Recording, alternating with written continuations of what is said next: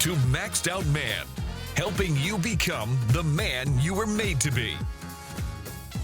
Hey guys, it's Kevin Davis from the Maxed Out Man podcast. I am going to be here with Markus today. Is it Kaulius? Yeah, it is. All right, got Kaulius going. Hey, before we get started, maxoutman.com, go and learn more about what we got to offer, coaching programs, courses, memberships, this podcast, all sorts of things. Find us on all the social medias as well. Hey, I'm going to read Markus's bio, which I said this many times in this podcast, but you represent what I call my how did you get in here guest. And what that means is I have a lot of friends and I've been in a lot of events where I'm like just waiting for security to tap me on the shoulder and say, hey, dude, how'd you get in here? So you're kind of one of those guests, but let's read through this. Markus is a serial entrepreneur and the founder of multiple 8 and 9 figure businesses. His over 25 plus year career, he grew a supplement company from startup to 170 million and helped clients worldwide lose over 3 million pounds, which is super cool. Plus, whatever you don't know that you tracked. He's impacted the lives of over 10 million people, which, dude, this is all about impact. So that is super cool. With an online following over 300,000, Markus shares daily insights with his community spanning business strategy, mindset, health, and faith.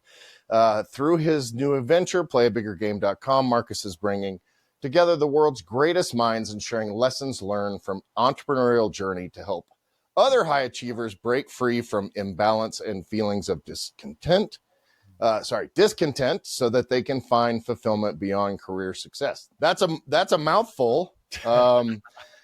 And it's so cool, right? Like you and I talked about before we start recording that we're all, there's kind of this big sandbox in this space where people like us who have, had success with marriage and family and business and health and fitness and all of these things, right? Like we want to share these things because there are so many people that either don't know how to get that success or they're unmotivated or they just need some help, right? And so that's your basic intro. Tell us more about you. Thank you so much for coming.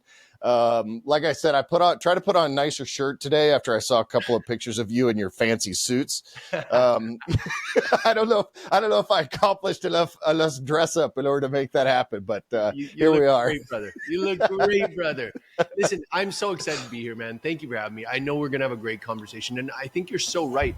I think there's a lot of people out there, and I'm confident there's a lot of people listening right now who just listen to these conversations and go, I hope to get a nugget or two. And I hope to deliver that today. I hope people walk away going, there's just some little things that I overheard that I can start doing that. And my encouragement to you, if you're listening right now, take action on something. Take action on something that you hear today. We consume so much. My big thing is I'm an action guy. I hear something, I learn something, and I try it immediately. And our world, it's one of the key things I see going wrong is we consume. We take it in, and then we go, why didn't my life change? Because you didn't do anything with it. And I'm going to share with you one of my favorite equations. K, which is knowledge, minus A, which is action, equals 0. Without action, you're going to get no change. So please, everybody, today, just make a commitment. Take action on something that you hear. What do you think keeps people from taking action? And obviously my audience is primarily for men, but we do a lot of marriage and couples and essentially how to get men to be better husbands and fathers and be more fit and find their purpose and all of those things. Yeah. What keeps everybody from taking that action? Because if you're an entrepreneur, you're like me, right? Like I fully expect to fail on a lot of the things I try, and I'm okay with that. Yeah. Like I'll just try something else, right? Yes. Oh, brother, this is such a great question. And it's connected to everything you and I are talking about, like fitness, the same. Why don't people get started? We know what we're supposed to do. Comfort is so comfortable. We're used to, like that Netflix, man. I'm just going to watch a few more episodes. Everybody's doing it. It's not that big of a deal. And you know what? Hey, let's not make a healthy dinner tonight. Let's just order it in. It'll come right to our door. We barely have to get up and we'll just keep watching. It's comfortable. And the unknown is risky, or it appears risky to us. And what if I fail? The fear of failure is so huge, even when people aren't willing to admit it. We all fear like, oh, what would that look like? And then, we've got all these reinforcements like social media. Well, I don't want to be the first person to ever fail at something, because on social media, nobody's failing at anything. That highlight reel, right? Right? So, yeah, it's just the people who just try stuff. And I love what you said. You just expect to fail at some things. Absolutely. I'm one of these guys, I make snap decisions. And I think that's a part of my success is I don't dwell on things. I mean, of course, there's certain big decisions. I need more research. I need a bit, but honestly, risk mitigation. Yeah, I mean, you got to mitigate risk and all that stuff, right? But yeah. But that is, I don't even know if that's 10% of decisions. That means 9 out of 10 times when there's a decision to be made, boom, I made it. I accept that I'm not going to get 9 out of 10 right. Right. But because I make them like this, I'll get a couple wrong and then I'll fix it quick and I'll learn from it. I think most people who don't make decisions are just like, well, I just want to make every decision perfect. And if I don't, what if? And I deal with people like that all the time. And they're constantly going, yeah, but I got to think about this. And then I got these other 8 decisions on my plate right now. And it's like, wow, that is so hard to juggle. Why don't we just get 6 of them off your plate right this second? Right. I want you to walk me through that decision-making tree a little bit, but my wife is like that, right? My wife is kind of a perfectionist. She really hates to say something that's incorrect. Like that's her greatest fear, is to be in a conversation, say something and it just be incorrect. Like I talk out of my butt all the time and embarrasses crap out of her. Like because I'm a generalist, probably like you, which means you have a ton of knowledge about a lot of little things. And so you can almost speak intelligently about almost anything, right? Like, so, and I'm okay with someone saying, no, that's total crap, you're wrong or whatever. I'm like, okay, I'm wrong.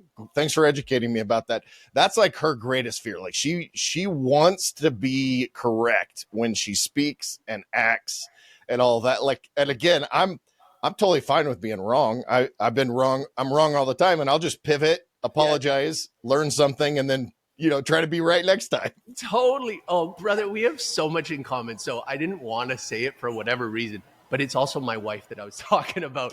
My wife, like everything, she's like, well, what if I say this? What's it? I'm like, really? Are you debating this? I would have said it an hour ago and figured out what I did wrong. And you and I are the same in this one too. Like, I'm okay with making mistakes because I love learning.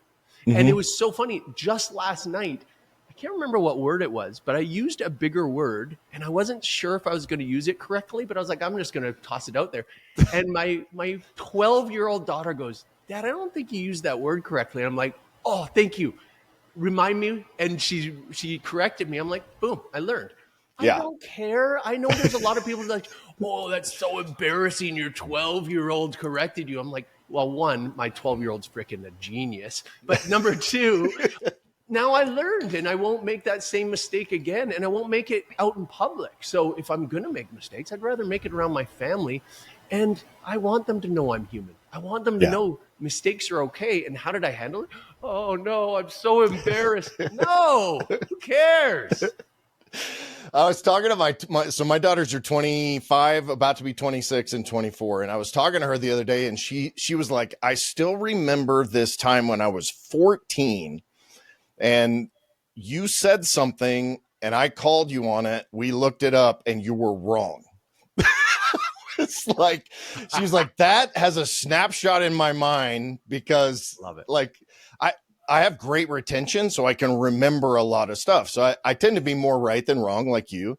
But it was funny that my daughter was like, I remember this vividly, that I proved you wrong. You had to apologize and I made you look dumb. And so I was like, all right, that's great. I'm glad you remember that. But I remember growing up, or when they were growing up, I apologized to them daily, right? Yeah. Like I flew off the handle. I didn't handle this correctly. I didn't say the right words, or I didn't lead you in that direction. And so that, I think your idea of not being embarrassed about it, but saying, hey, thanks for helping me learn from this. And thanks for helping me show you that I'm human and like I'm a normal person and I'm not here to get it all right all the time. Yeah, exactly.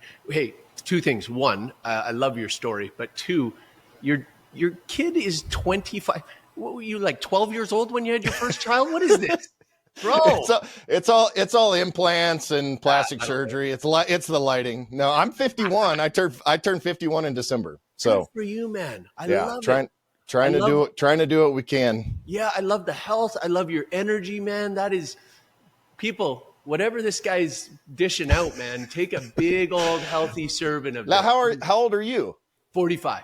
45. So you're not that far behind me. No, sir. We got married at 21 and 22. My wife was 21. I was 22. We had our kids at 24, I think, is when we started, which was awesome because they were homeschooled and they left the house at 17. Nice. Both of them. So like I was in my early 40s and my kids were all out of the house. And I don't care what anybody says about empty nesting and missing your kids and all that.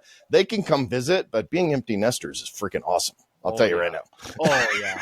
Oh, yeah. It's so good, man. I love that for you, and I'm psyched myself. I want to see them fly. Fly the coop, man. Enjoy. My oldest, when she was 18, she was like, Dad, I want to move to Hawaii. And I'm like, all right, getting money? And she did. She had like $15,000 saved up at 18, and which lasted her way less time than she thought because she was on the island of Oahu. But this kid, like, I offered to help her get through some of those months or whatever. She would not take it. Like, this kid is just one of those kids that's like, I wouldn't ask you. She literally, we found out later, lived in her car at the mall for 2 weeks, which in Hawaii, just I should point out that in Hawaii, this is very common. And she's like me, where she can befriend people and kind of and she had actually befriended the security people at the mall.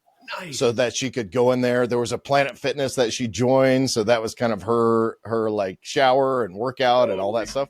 But all that to say, these kids and the way they grow up and kind of that mentality is just crazy. That's awesome, bro. So good. So tell me about kind of, we never really got into it, but tell me kind of your history and how you got to where you are. It's kind of funny over the last couple of weeks, or about the last week, I've been kind of dealing with like this imposter syndrome thing within my own mind, right? Like I'm pretty confident. I'm pretty comfortable with what I'm doing, but I always feel like I'm like this close, right? Like to that great level of success. And when I hang out with guys like you, I'm thinking that's awesome that he made that. I'm really want to work and learn and get to that point, right? To be able to do this. And I'm sure it was 100% smooth sailing for you. You never had any problems. Cool. You got that fitness model body, which was like ultra easy to get. It was like, Morgan Spurlock eating Big Macs all the time. You guys should go to Marcus's socials and see some of these pictures. First of all, with Mr. 26-inch waist at that point, probably. But when you see fitness models, this is a total sidebar, but when you see those people, men or women, the amount of work and effort and sacrifice required to get ready for those shoots, and keep in mind, they don't maintain that unless you're doing multiple shoots at over. But it sucks. Like that is something that's hard. And if you sit and tell me that it was easy for you, we're gonna have to end this interview. But Kevin, I had to work so hard. Okay, I took a $20 million loan from my father, and I turned it into $21 million over 25 years. Okay, that's funny. There's a meme going around. It's like how to be a success in business, and it says like work hard, get up early, have a morning routine, borrow $9 million from your father, this, and this. Like it just kind of inserts it in the middle. So yeah, it makes it a little bit easier, but I don't think that's your story. No. Let's start by saying this. I truly believe my story is a story of if this guy can do it, anybody can do it. And no, there were just tons of hardship, tons of challenges, which I've learned to absolutely love. I've learned to see challenges in front of me now as an exciting step that I know is going to help me grow to a new level. And looking back at all the baggage, all the garbage, all the things at the time that stressed me out, freaked me out, I'm so grateful for all of it. And that is one mindset shift that I would love to help people with, because I think there's so many of us walking around with our baggage and like, well, I'm doing good these days, but I got to tell you, because of this, I'm having tough times with blah, blah, blah. And I say that from a place of mercy. Don't hear this as, come on, man up, get over it. No. It takes time. It took tons of years of work for me. But now I can go, I'm so grateful for that stuff. I now see all of my baggage, all of my garbage as gifts. They were gifts. So we grew up really poor. The divorce happened when I was 7, and it was a mess. Dude, mine too. Literally mine too. That's crazy. So keep going. Yeah. And, my father wasn't really in the picture, but now he was out of the picture. And my mom, to raise 4 kids, she had to go back to school full-time and full-time work. So essentially, I lost both of my parents on that day. And I was a skinny kid. I had a huge Lithuanian growth spurt in my early teens. I was 6'4", 120 pounds. Wow. Oh yeah, that's a body right there. Yeah. And I got bullied to high heaven. And unfortunately, immediately that bullying set in and I believed all of it. And then guess what? The girls didn't care for that much because my confidence was zero, self-worth, self-esteem, all garbage. But then there was this turning point when I was 15, and it was really just a mental shift. And I really felt this calling, and I felt God speak to me and say, hey, you don't have to live that life. What if you got to be the person you wanted to be? What if you didn't believe what was said about you? And I'm telling you, in an instant, I was a different human being. And now I wasn't pretending to be someone else. I just actually heard and felt this idea of like, okay, shed the crap that's said about me. Who am I? And my authentic self was somebody who people did want to be around. I think everybody knows inside of them who they're supposed to be. Like if I asked you, what would a more confident version of you look like? Well, we'd go, well, I'd be a little more like this. And I'd speak with a little more authority. I'd shake your hand a little stronger, make a little more eye contact with you. That's right. And guess what? When I did that, immediately the world said, this is who this guy is. And we like him. It was crazy. Immediately, I'm dating girls. Immediately, I'm hanging out with cool guys. Immediately, bullies are off my back because they don't like guys with this kind of confidence.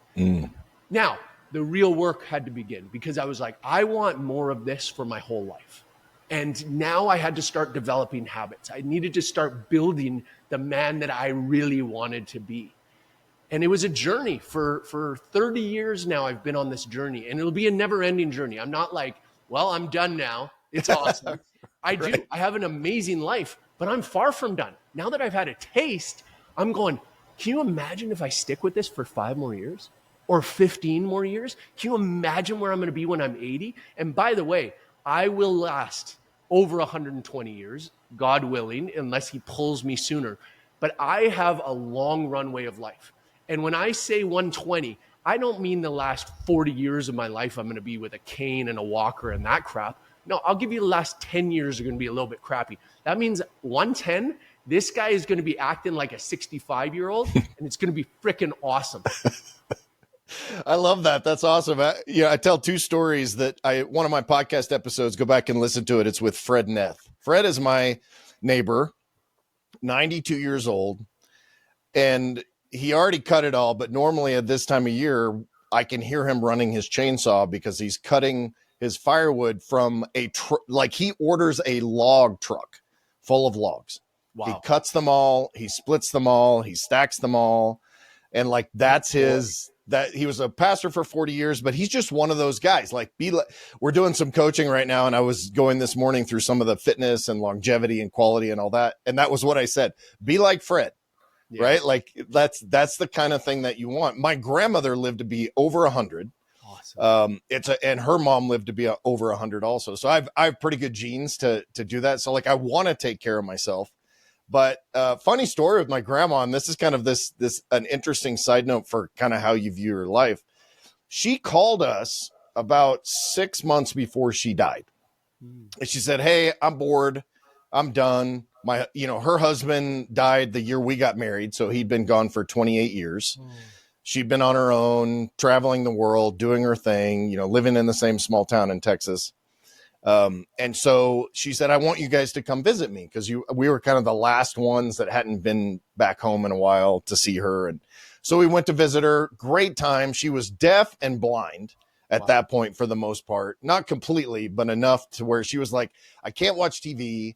I can't learn. I can't read books really, you know, and all that. So she was like, I'm just bored. I'm just over it.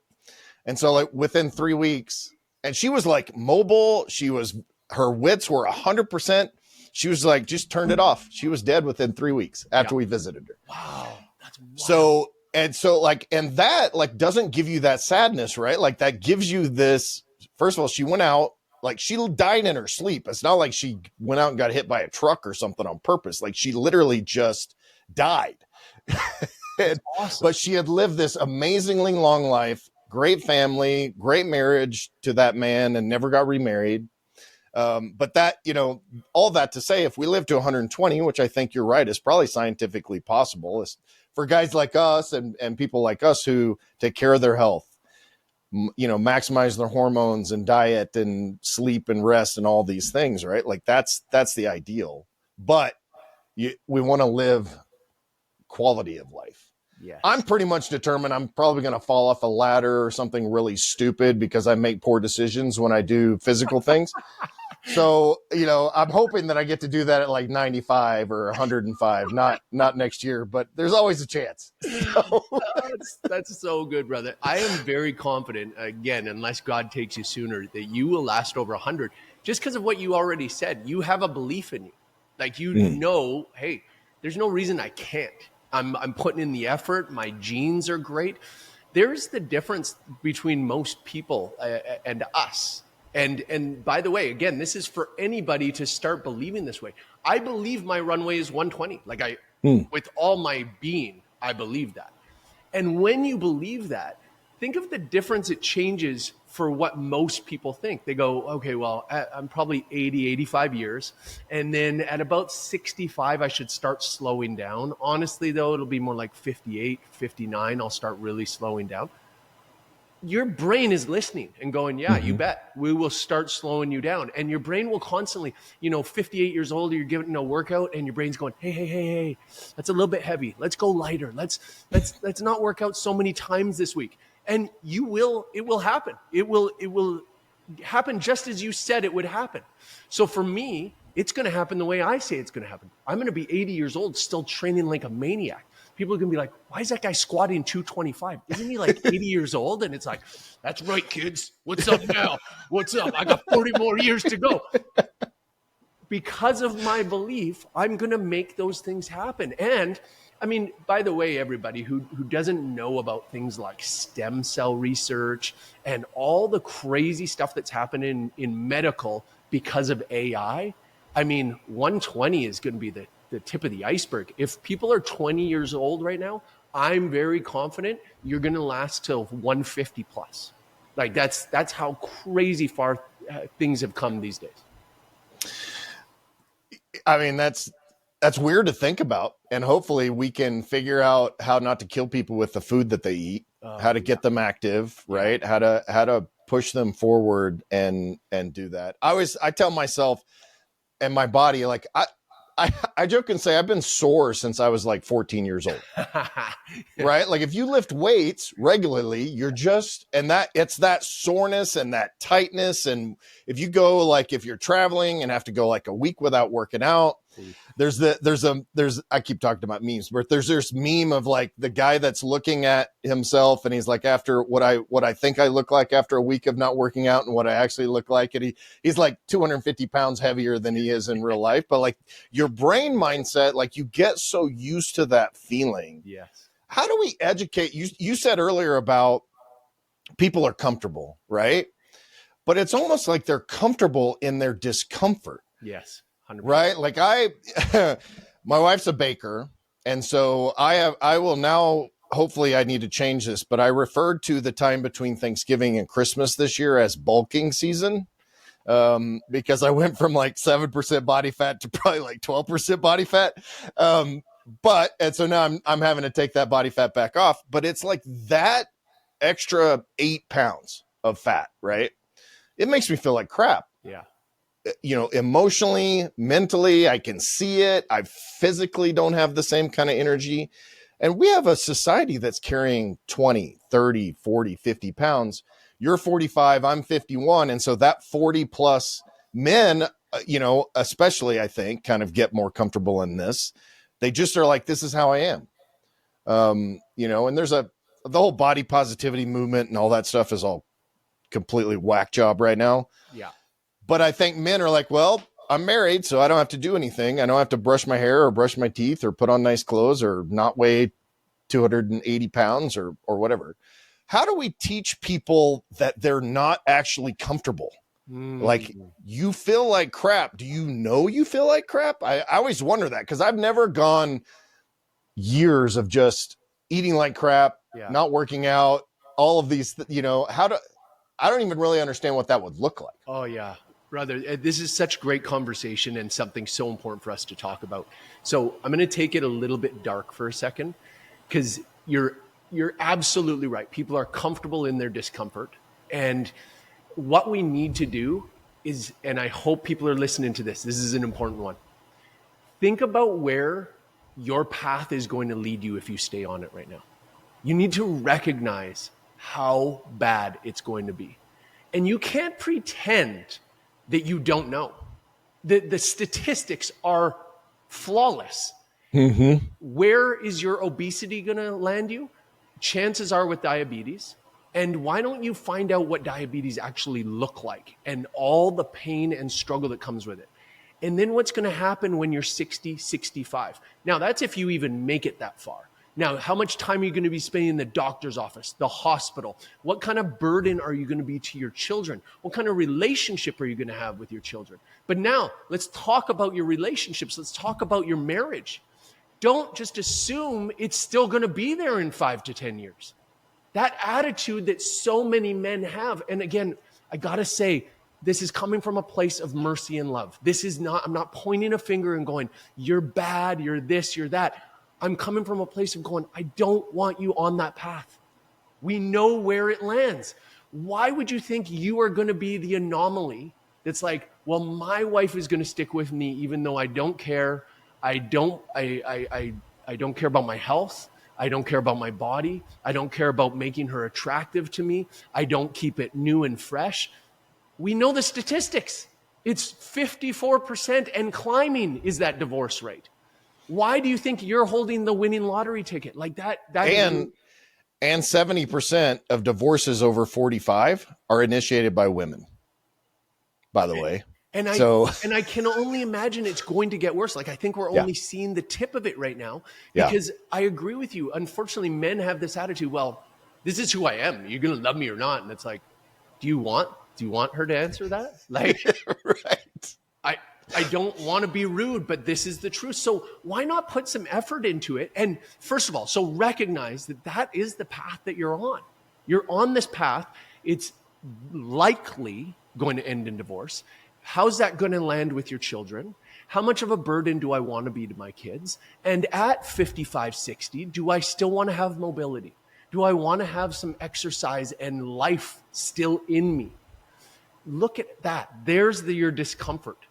Now, you can take simple action today to make sure that never becomes a reality. And by the way, what I just talked about with you, this is something I did some extensive work with Tony Robbins on for my life.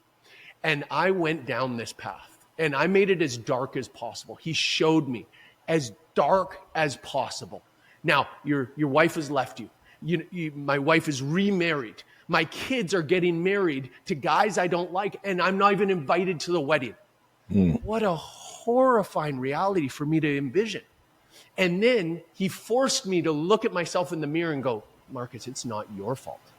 It's the government's fault. It's the economy's fault. It's this, it's that. It's not your fault. It's your parents' fault. They cursed you. You're not to blame. You couldn't have done anything. And I'm going, at this point, I'm weeping, man. And I'm like, that is not going to be my reality. And when he snapped me out of it and he's like, wake up. Now is your chance. What do you want to do about it? I'm like, everything's going to change.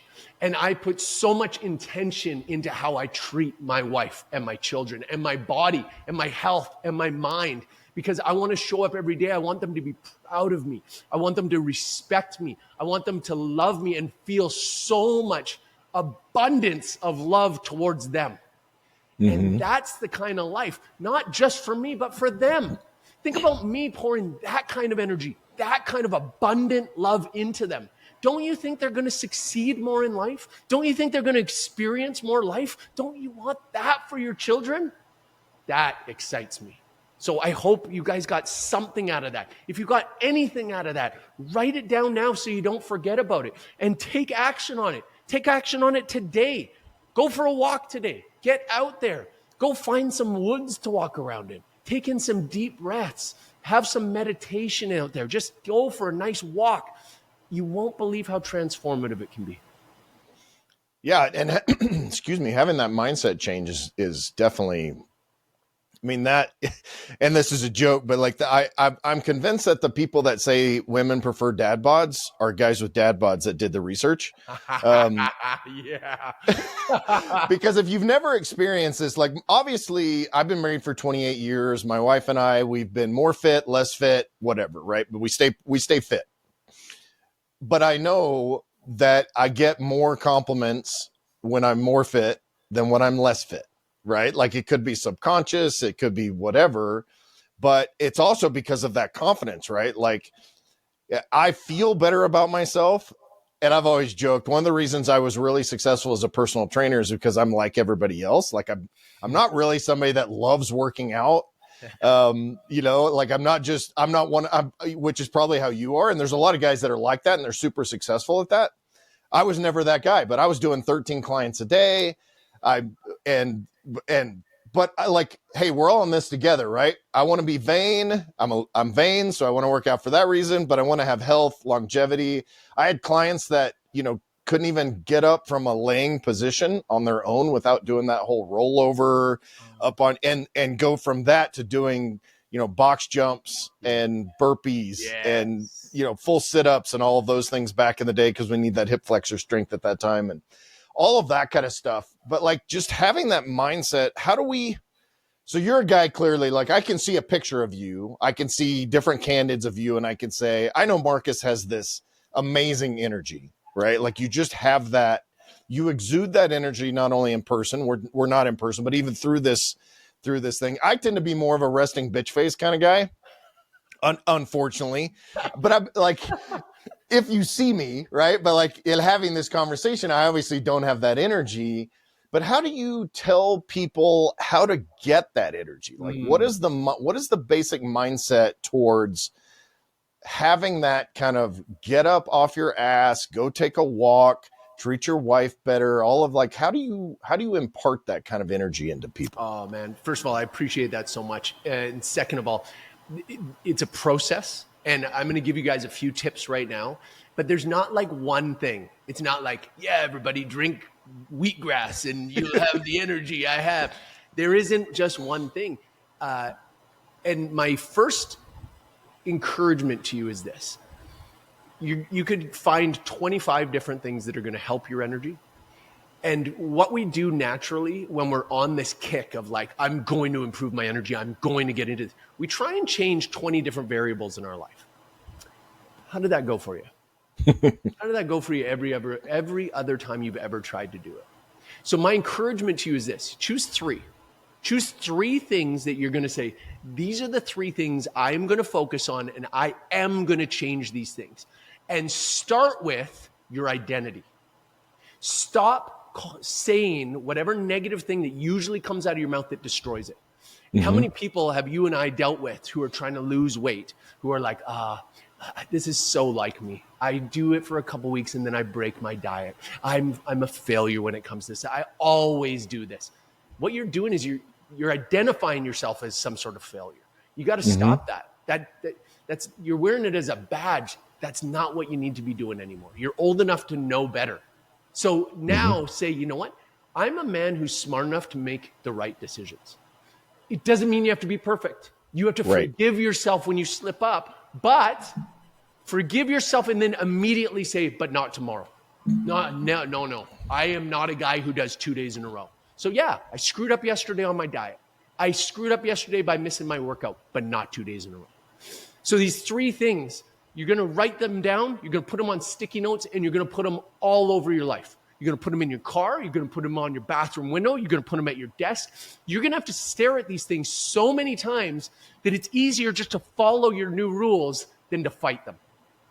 So choose 3 things. I'm going to give you just a few options here to boost your energy. Number 1, get some exercise in the morning. Mm-hmm. If you work out in the morning, it sets you up for a way better day. You have energy for the whole day, plus you got your workout in. If you're leaving it till the end of the day, do you know how many people find a reason not to work out? And I have so much mercy for that too. Crap happens during the day. My business really needs me. My wife called me. She needs me to pick up the kids. I've got to go do this. I got to go do this. I hear you. But what always comes off the list first? The workout. Mm-hmm. If you do the workout in the morning, you feel awesome. And all day long you go, freaking started this day so awesome. What a champ. I'm a freaking champ. I got my workout done in the morning. Okay, So there's number 1. Number 2, start focusing on your integrity right when you wake up. This is such a big one. If you use the snooze button, you need to stop immediately. If you snooze, you lose. Mm-hmm. The snooze button is your first chance of the day to say, I'm a man of integrity. My yes means yes, my no means no. I said I would wake up at this time, and this is the time I will wake up. Just so you know, the studies are super clear. If you hit that snooze button, you are messing up your sleep way more than you realize. You think, I'm going to give myself 10 more minutes of sleep. It's going to be good for me. It is terrible for you. It is called the dream killer for a reason. But more importantly than that, I just want to focus on your integrity. If you hit that snooze button, from the very moment you woke up, you have said to your brain, my yes doesn't really mean yes. My no really doesn't mean no. So all the rest of the day, when any decision comes up, your brain, whether you think about it or not, it's your subconscious goes, your yes doesn't really mean yes. We're just negotiating here. And that's a problem. That's a problem that will transpire and permeate into everything you do at work, everything you do with your diet, your health, your conversations. So tomorrow, you are going to wake up when you said you're going to wake up, and you're going to celebrate it. You're going to go, that's right. I'm a man of my word. I said I would do it, and I did it. Look at me. I'm a freaking champ.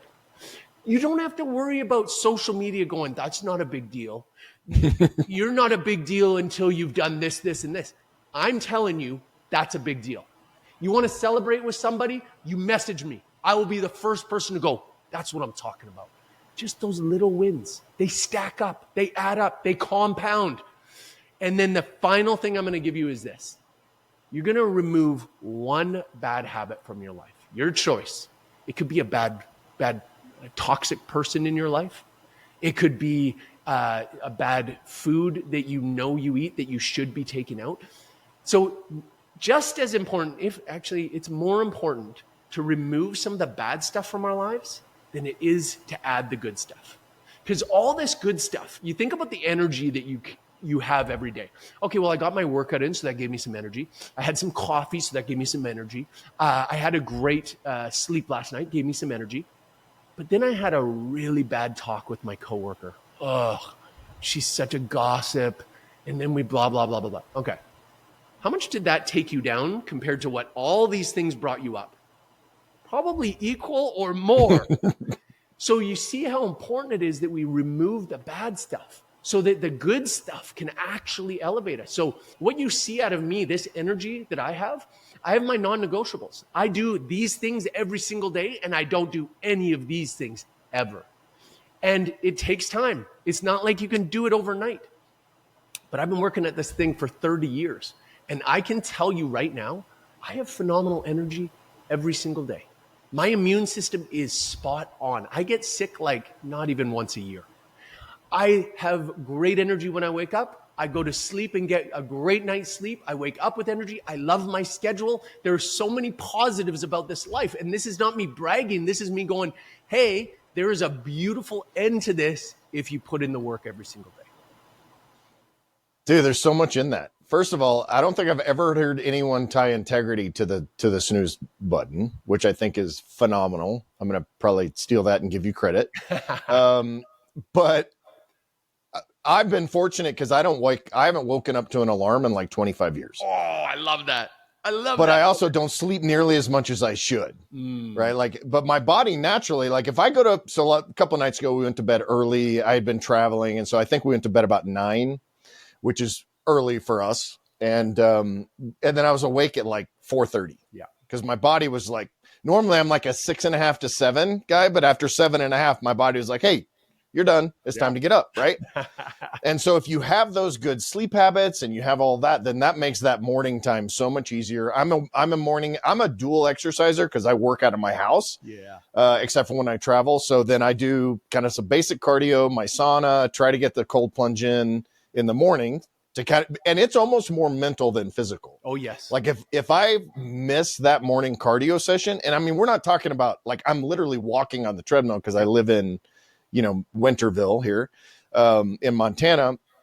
But if I miss that, I just feel like crap. And then I will normally try to do weights at like 4 p.m. So 3:30, 4 p.m. because that tends to be like that peak before, I don't have that. My blood sugar is kind of doing its thing and I'm in good shape and I'm ready to do that. And I'm fortunate. Not everybody can do that. Right. But if you can't do that, definitely get all that stuff done in the morning. I think that's phenomenal in order to do that. And those non-negotiables, right? There's that kind of stuff is super important. One of the things that you said is kind of taking responsibility. Yeah. And I've talked about this on this podcast multiple times, and I just heard this song. There's a song that basically said, "Dear younger me, it's not your fault." It's a Christian song. I hate that song. I like the song. I hate that line, right? Because I always say it probably is your fault. Like whatever's going on in your life, barring, you could probably trace it back to a decision you made almost completely. Yeah. But let's say that there's a small ones that aren't your fault. The good thing is, if it's your fault, you can fix it. Yes. You're in control, because anything that's outside of your control, how do you fix it? You can't. But if it's something that you're responsible for, then it's easier to fix. And I'm kind of going down this litany of things that you gave me, but in the emotional energy side is something that I really try to teach people a lot, which is I work in the automotive industry I have one of my brands is in the automotive industry, in the detailing industry in particular. And for whatever reason, this group of individuals that are in this industry are super negative. They worry about competition. They worry about what people say about them. They worry about getting into the drama and all that. Like, I don't think dentists are doing that. I don't know. It could be something that dentists do too. But I'm constantly telling these people, because I kind of have this place in that industry where people listen to me a little bit. I will say, why are you wasting the emotional energy to even get involved in this situation? Why are you giving that away? You only have a finite amount of energy. Yep. If you give that away, that's less for yourself, less for your family, less for your business, all of these things. And so preserving that, to your point about those negative people, right? Like, don't waste your emotional energy on that crap. Either distance yourself, you can get rid of them if that's possible. Sometimes they're family members, so that requires a little bit of management. Right. But that whole concept is something I just absolutely love. So those 3 things are phenomenal. Can you give me, I'm interested in your personal, non-negotiables in your life. Oh, I'd love to. There's 2 things I want to go over. 1, let's go over my non-negotiables. And then 2, I want to come back to this idea of choice and what's in our control. Because I love, you and I speak so much the same language. Even when you were talking about your morning routine, I'm like, I knew it. I knew this guy and I have almost the same routine. So here's my non-negotiables in the morning. 1, when I wake up, I've already got my clothes laid out for my cardio workout. This is a big deal because people, like when you're waking up, you don't really want to be making decisions and what am I doing right now again? No. Keep it real simple. You've got it already laid out. Boom. I've got my clothes on. I've got my fluids in front of me and I'm on my treadmill within 6 minutes of waking up. That's a big deal. Now, no phone. Do not look at your phone in the morning. This is a non-negotiable. Why? Where is the positive in it? It is just fires that you're going to put out. There's no positive. It's like we hoped it's no. This one message is going to be, you won the lottery or something here. Nope. Oh, a whole It's always like, where was my order? I do retail sales on Shopify too. It's like, what happened to my order? Yep. Like, dude, really? I didn't need that right now. Now I get to think about that for the next half hour while I do my workout. And you haven't primed your brain yet to prepare for a great day. So you're just going, what kind of day is it going to be? A fires kind of day. So no, none of that. I'm on my treadmill and now I'm moving. I've got blood flowing. I'm feeling good.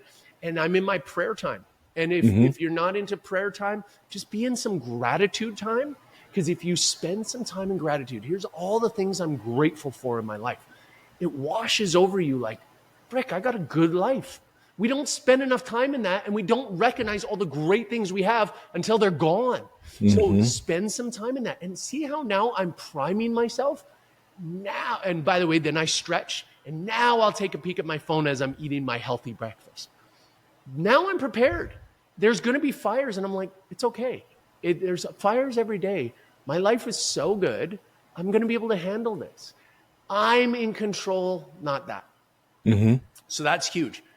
Then I do after a little bit of digestion, after a little bit of prayer time, a little bit of time with my family, I often make my girls breakfast, which I love that time with my family. Then I get my workout in, and then I go sauna and cold tub every day. And boy, are those life changers. Now I'm ready to face my day with full energy, full expectation that I'm going to crush it again today. So those are a few of my non-negotiables, and they really do lead into also what Kevin was talking about with what's in your control. This is such great advice that he's given, so I'm just going to piggyback on it. What is in your control? And that's what you should be focusing on. This world is trying to grab your focus and go, can you believe what's happening in this part of the world? Can you believe the injustice of what your government's doing? You're being taxes are going up. Can you believe so-and-so politician has done this? Can you believe blah, blah, blah? All these things out of your control. When you focus on what's out of control, you feel out of control. And I get that. That is a horrible place for us to be. And it is loaded with fear. That's what they want. That is their end goal. Be in fear. Because if you're in fear, guess who's in control? They are. They can sell you crap. They can get your eyes to focus on crap. All this junk is based on fear. But for me, I don't deal with any of that stuff that's out of my control. I pull it all back into what's in my control. And there's so much more in your control than you realize. And again, this is what Kevin said. You can peel it back to a decision got me here. So therefore, a decision can get me out. Now, will it be one decision and my life will change tomorrow? No. But a series of decisions that you will commit to. We're going to talk about habits. You commit to certain habits and you just get a little bit better every single day. So this isn't about, okay, you know what? You've convinced me. I'm pulling sugar out of my diet. No more fast food for me. While I love that, and that's a beautiful thing, I'm kind of confident you've said this before, and with all due respect, how did it work out? Because you can't do that 180. Your brain and your body is like, this is too much change. We can't keep this up. So my encouragement to you is just to take some baby steps in the right direction. So what do baby steps look like? Okay. Well, I have fast food 5 days a week right now. Okay. Next week, immediately, you're now going to be a 3-day-a-week guy. 3 days a week. You only cut out 2 days per week. You still get that fast food hit. It's not crazy. You're going to do this for a few weeks and you're going to go, it wasn't that bad. It was not a big deal. I had to replace a couple of bad meals with good ones. You do that for 3 weeks and then you're going to drop it down to 2. And from 3 to 2, it's not that big of a jump. You're going to go, that wasn't that bad. And then from 2 to 1, not that bad. And then from 1 to 0. And you're going to go, that's not that big of a deal. I was only having 1 anyway. See how these little baby steps, and all of a sudden you're at 0 and you feel like a champ. And then when you're at 0 and you try having 5 days a week of fast food again, you are going to feel disgusting. Disgusting. How awesome is that? And then you go right back to 1 or 0. And now you're on this beautiful path. Now do this in every part of your life. How much alcohol do you drink? Don't try and go to 0. See, this is different kind of talk. Mm-hmm. Going to zero, I'm sorry, you're setting yourself up for failure. But if you just drop 1 or 2 days per week that you were having drinks and replace it with something else, something more positive, not drugs now, but something more positive. Now I'm moving to cocaine. That's, that I'll get more done that way. I'll just switch over. Honey, Marcus told me. He said drugs are. He said. See, little baby steps, your life will change. Yeah, I love that. And on that fast food kick, I don't eat we don't eat out that much, but like if I will have, for whatever reason, I'm traveling or whatever. And like, most of the time I pack my lunch when I travel. I've got one of those travel coolers that weightlifters use. They're awesome, by the way. But if I can't remember, it's got 3 different meals in there, and it's, it's basically one of those. It's probably a Chinese knockoff I got on Amazon, frankly. But like, if I forget that and I have fast food, I'm like, is this what people feel like all the time when they eat this crap? Because like, it is so full of chemicals and junk, and like, it just makes. And so when you get to that 0, even I think when you get down from 5 to 2, you're like, why was I eating this stuff in the first place? I feel so much better at 2. I wonder what I'll feel like at 1 and then at 0. Yeah. Right. And it's same thing with alcohol or anything else that you're putting into your body that's poisoning you. Oh, so true. Kevin, can I give everybody one more beauty that it's a mindset for me for food? Give them as much as you want, man. Give them as much as we'll this is gold, by the way. You guys should be making sure you take notes on these things. Awesome. Food is data. Here's what I love about this word data. It is a small little word, but it is so all-encompassing, and it really busts out into something big. So if food is data, Kev, help me out here. If I eat a really disgusting and not even good tasting, so let's leave the burgers that are good tasting, the Five Guys, we'll leave that in a separate category, okay? Five Guys is okay for our treat meals. But a garbage burger that was made at a garbage restaurant, fast food, what data am I telling my body by eating that? Just give me anything. There's lots. I feel full. Okay. Filling up. What else? I get that sugar and chemical hit, right? Yes. So that I get a dopamine hit from it, especially if I'm addicted to it, right? What about I get that calorie boost for about 20 minutes? Yeah. but I do get that energy boost, especially if I'm loading up on sugar and, sugar drink and all that, right? What are you telling your body you feel about your body by having that garbage burger? Well, I mean, after the fact, you're like, why did I do that to myself? Yep. So here's a few more. Hey, body, I want you to experience some inflammation. Oh, yeah. Yeah. I want to slow down my digestive system. I want to screw up my digestive system. I want to overwork and tax my liver, my kidneys, my digestive system, my insulin, muscles. I don't want to feed you properly. Brain, I don't want to feed you properly. Like, look at the data. And men, we've just said like 8 things. I would say you could literally make a list of 800. Yeah. Now, let's say I have a beautiful meal, a nice, clean cooked piece of salmon with some brown rice and some broccoli. Kev, help me out. What data did I just tell my body? That you value it. You want to put good things in it. Oh, you got your fiber, right? You got your vitamins. You got omega-3s and omega-6, right? Like we were talking about earlier, I don't think people understand the difference between those two scenarios, really, and what you feel like. Yes. And I'll say this, I'm more of like food is fuel kind of guy. Like, I'm not a guy that looks forward to major meals and all. It's kind of an annoyance. I'm more of a Jetsons, give me a pill that tastes like, a T-bone kind of a guy. Yeah, buddy. But like, I do know what good food makes me feel like, and good fuel, right? We, in the fitness industry, we always use that food as fuel thing, and versus like what bad fuel looks like. It's like a car. I'm a car guy, right? Yeah. So if I put diesel in my gas car or vice versa, it's definitely not going to run. No. So keep going with your thing. Brother, this is so wild, by the way. So many of these analogies are in my book. Like, when you read my book, you're going to go, did he record our conversation and type it up? You know what I specifically say? I used to talk about diesel, but it's so much worse what we do to our bodies. We have this Ferrari and we pull up to the gas station and we go, you know what? Coca-Cola is on sale. I'm going to put some Coca-Cola in my gas tank. It seems ridiculous, but that's exactly what we're doing to our bodies.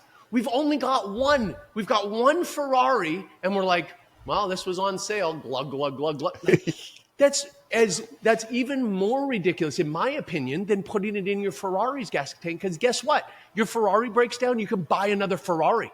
Yeah. Your body breaks down, there is no second chance here. Like you got to take good care of this stuff. So that idea of food is fuel, food is data. What are you telling yourself? And one of the flip sides of this, where most people just don't go and they don't recognize because they do eat poorly, is what can I expect out of my body? We just think, well, no. I just put this stuff in my face and it just covers me for a few hours. This is not what this is about. This is about fueling it, like putting something in there, and then you can expect my brain is going to be really sharp today. I'm going to come up with some incredible ideas today. I'm going to have great energy today. My body is going to do amazing things today. Wouldn't that be a nice thing to be able to say every single day? Can you think about the impact you would make on your own life and about in the lives of everybody around you if you showed up to life like that every single day? But it's so expensive, Marcus. I can't afford to eat healthily. First of all, have you bought fast food lately? Like the old $3 dinners, it's like $19. And if you go to Five Guys, for my wife and I to go to Five Guys here, it's like $45. Isn't it crazy?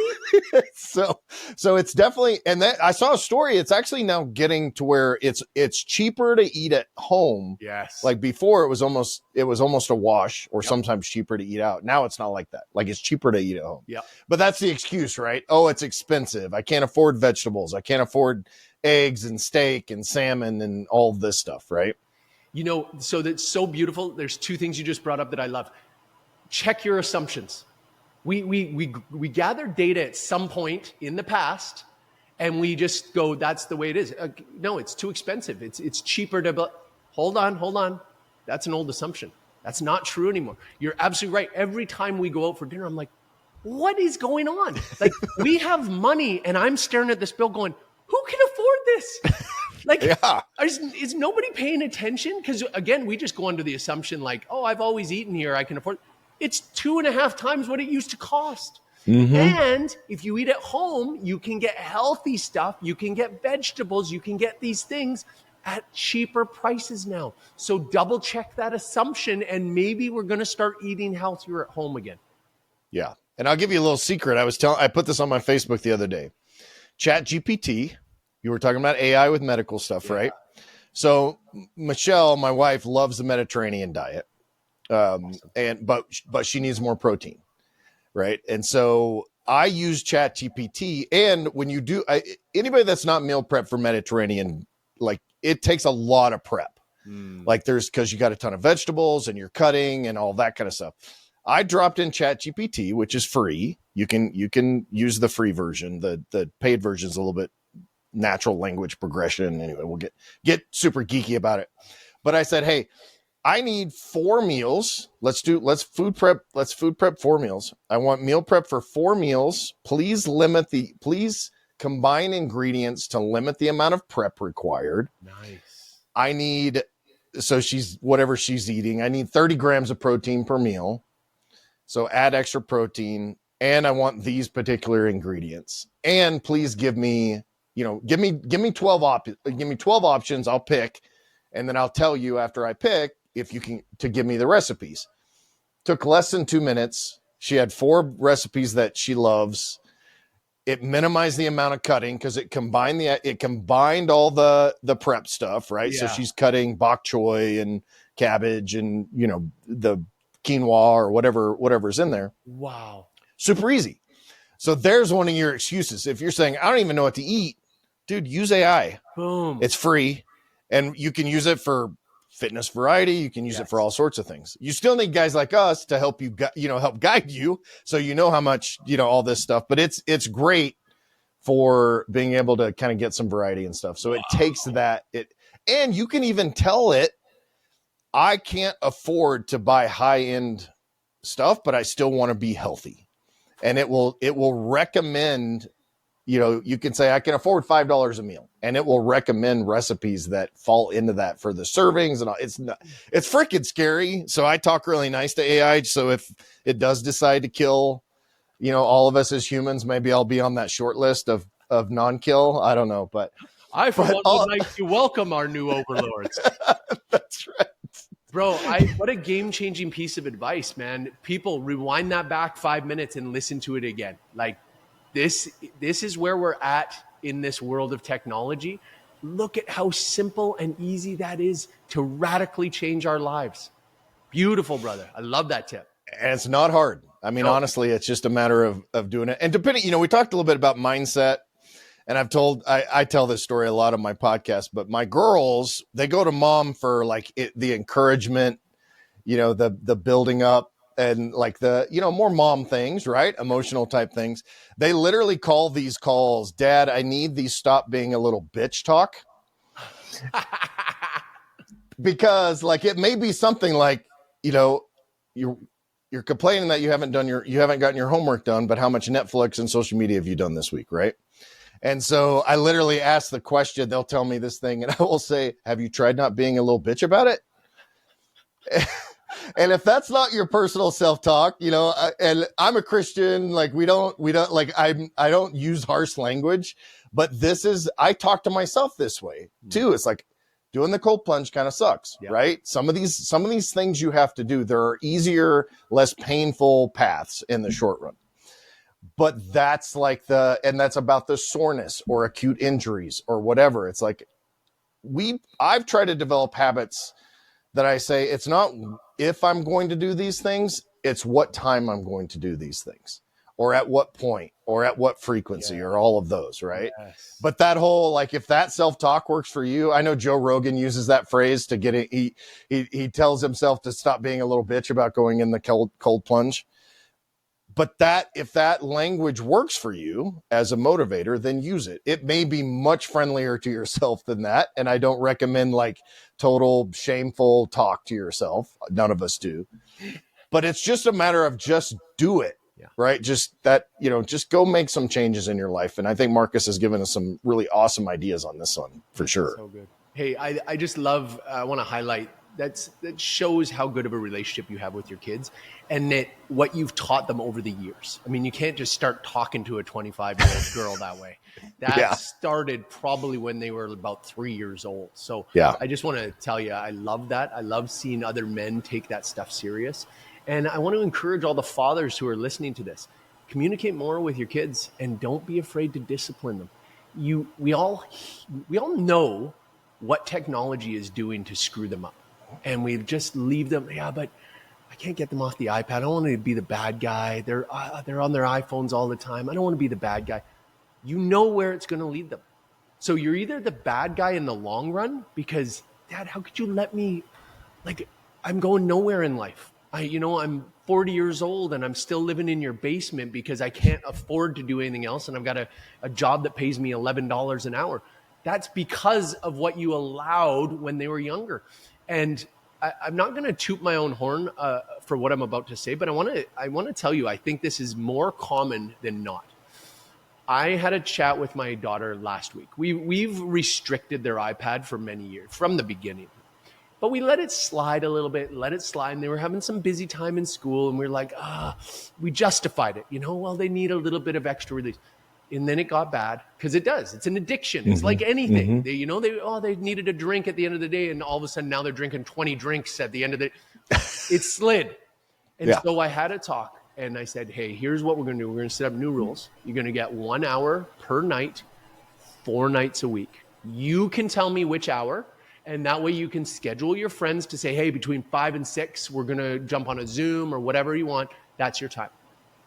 In the last 7 days. She's been exercising. She's been reading more. She's gotten ahead of her homework. She's full of life. Like, it's a totally different girl. And we had this talk last night, and she's like, Dad, I'm so grateful you got me off the iPad. I'm so grateful. Like, I feel like I can do anything. I've got so much energy. I'm doing all these projects. I'm thinking again clearly. It's so insane because all we had to do was like get her off her addiction. And yet there's no positive. There's no reason to leave it, but we do. And again, coming from a place of mercy, I only changed 7 days ago. So I'm not like, if you want to be perfect like me. No, I was the goofball letting it go for so long. So I just want to give you guys that, like, man, have some encouragement. Go have that talk today to say, hey, we're going to start limiting your iPad time. It's just, and she's 12. Is this the 12-year-old? The 12-year-old. Okay. Yeah. And keep in mind that advice works very well for adults who are 50 years old and 45 years old and any age. From kids' standpoint, one of the, like, as you're saying this, I had this vision. Have you ever been to Tijuana? No. Tijuana's horrible. It just is. Scared, it's and there are certain parts that are way worse. Imagine dropping your 12-year-old daughter into the middle of Tijuana and tell her, I'll come back and pick you up in 2 hours.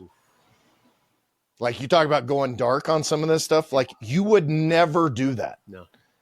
You have to see the internet for children as worse than that, right? Like, that is something. And we, again, I was not perfect about this. We had a family computer that was actually in our kitchen. We have a little desk in there that we used. And that was something that, your kids should really not be in their room with the door closed on a device of any kind. Yeah. If they're 18, 19, that's their choice. They're adults. They can make those decisions. Yeah. When they're forming, especially when their frontal lobe's not fully developed and all that stuff. So I would like for men and husbands, fathers, wives, mothers to think of that Tijuana, really analogy. And honestly, really, I've never used that before. So you're hearing it here first. Cool. But like, it is such a terrible place. And especially right now, if you look at all the data, we talked about data early, like what we're doing to kids' identities and what we're telling them about themselves and who they are. And you're a person of faith. And I wanted to say this earlier, but there's something that I kind of lean into when I'm talking about my kids and their decision making. And they've made decisions that we don't agree with and different, not our choice for their lives. But I always tell them, look, there's two things I know to be true. God is who he says he is, and you are who he says he is. You are who he says you are. Yeah. So he is who he says he is, and you are who he says you are. Yeah. Right? Okay. And that's that mindset. And if you're not a person of faith, you can believe, whatever you happen to believe. But there is something innate in yourself and your value to yourself, to your family, and to the world that really we can lean into a lot more. Yes. And if you see your kids as that precious representation of who they are also, and then you want to do everything, especially as a dad. Yes. Like, dude, we're supposed to be protectors, right? Like, and that means, we protect our wives. We step in front of the mugger in the alleyway, yes, and we protect our kids from things that we can't even see on the internet, right? Like it's a horrible place. So I love that you brought that up. I think that's amazing that you did that. I have friends that don't allow their kids much time at all. Even freaking Mark Zuckerberg doesn't let his kids go on Facebook. Oh my goodness. What a lesson to learn. Actually, all Silicon Valley bigwigs don't allow their kids iPads because they know what happens. Yeah. That's got to tell you something. Oof. Yeah. Listen, I want to come full circle on something because what you just said was so beautiful. And it brings me back to something you said in the very beginning. And I've been keeping it in the back of my mind. You talked about walking into certain places and feeling that imposter syndrome. Mm-hmm. And so I want to help you with that. And hopefully people are going to take a good nugget out of this. I've learned to fully get rid of imposter syndrome. And here's how. I fully believe if I'm in a room, I'm supposed to be in that room. As in, God has placed me in that room. I don't need to know why. If you try to do it on your own wisdom, on my own wisdom, I'll never figure it out. And that is absolutely where imposter syndrome is going to come into. If I'm in this room with a bunch of billionaires, the Mark Cubans of the world, the most intelligent minds of the world, I know I'm supposed to be there. I don't think it's because I'm as intelligent as them. Far from it. Right. I don't think it's because I have as much money, because I don't. But God has placed me in that room for some reason, and I don't even necessarily need to know why ever. So I'm going to have a few conversations. And guess what? I'm going to impact somebody's life. But if I cower, I don't belong here, I don't belong here, I don't belong here, I won't have the impact that I'm supposed to be having. This is who I'm supposed to show up as. And so I hope you guys hear this as show up as your authentic self every single day. You don't know the impact you are supposed to have in this world. If you don't show up as yourself, you won't have it. Yeah, because you never know. That group of billionaires, you've got something to offer them that they can't get anywhere else because there's no one else like you. That's right? Like that's you're made in a certain way. You can have certain conversations that no one else has. And I joke on the podcast about, this, how did you get in here guests? But those conversations, like I would have never made the assumption that you and I were so similar. Right. Like if you lined up, this is who Marcus is, this is who Kevin is, like we align far more than we don't align. Absolutely. And so like, you never know. And I think one crucial skill that I've developed over the years, and I'm sure you do too, is you figure out that connection point with everybody that you meet, whether it's a custodian at the high school or your kid's teacher or a billionaire. Yeah. There's always a connection point because you're human. We all live in our own humanity. And I love what you're saying, which is, you are in that space for a reason. You and I are having this discussion for a reason. We connected, I think, on social media or something. I think I reached out to you, which is a bold move on my part, right? To reach out to you. But like that's, and I have stories throughout my life that if I had not taken that step, I would not have had the results for years, like I would have never gotten that. We have a story where my wife was a stay-at-home mom, homemaker turned rally car driver, welder, car builder. She's had 5 different SEMAs that she's had vehicles in that she's worked on. But that whole process started because one of our best friends now is on a TV show on Discovery, Motor Trend TV and all that. Wow. And I said, hey, I know she's having this event. Why don't we reach out to her? And so we can go meet her. And my wife was like, no, she doesn't have time for that. So I did that. And that started a chain of events that completely changed the trajectory of this stay-at-home mom's life. Right. Like she met all these tradeswomen and she got into welding and she's done body work and we built her Jeep and like all that stuff. So all that to say, don't be afraid to take those steps and to be your authentic self. Right. Brother, I love that. For sure. I love that. Well, this has been amazing. I can't thank you enough for doing this. I need to come have actual lunch with you at some point because I think that would be phenomenal. I'd love that, brother. Have you go take me suit shopping for sure. But no, hey, how do people find you? What's going on with the book? When do we look for that? I know you do coaching programs and all sorts of membership programs and stuff like that. So give us the scoop. Thank you so much. Hey, first of all, I just want to say you're doing an amazing job. I loved this conversation with you. I loved spending time with you, and I would love to hang out with you again sometime, man. Off the air, on the air, doesn't matter. 100%. Yeah. If you guys felt something here today, if you felt something from me, you liked plugging into this energy, you want to plug in again, come reach out to me. Look at what Kevin said. He just reached out to me out of nowhere, and look at the conversation we had. It was freaking awesome. So please do the same. Reach out to me. Connect with me. My book is now for pre-sale. So if you go and pick up the book anywhere, Amazon and all the beautiful bookstores, you can do a pre-sale order and you come on to playabiggergame.com/book and register that book. I'm going to give you some freebies and you'll be entered to win a bunch of different trips. I'm sending people on trips, especially to come down to my big conference that I'm going to have in July. And Kev, I'd love to see you there, brother. And it's going to be an absolutely life-changing day.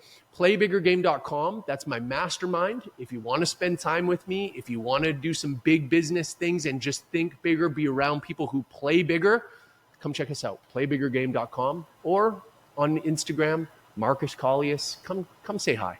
Let me know that you heard of me from here. And let's just connect. Plug into this energy. You want to get more of it? I'd love to give you more. I'd love to be on this journey with you. That's awesome, Marcus. I appreciate you taking the time, brother. This has been great. Buddy, pleasure was mine. God bless you, man. Yeah. Keep doing you. You too. You too. If you're looking to really maximize your life and become the man you were made to be, head over to maxedoutman.com and get your journey started today.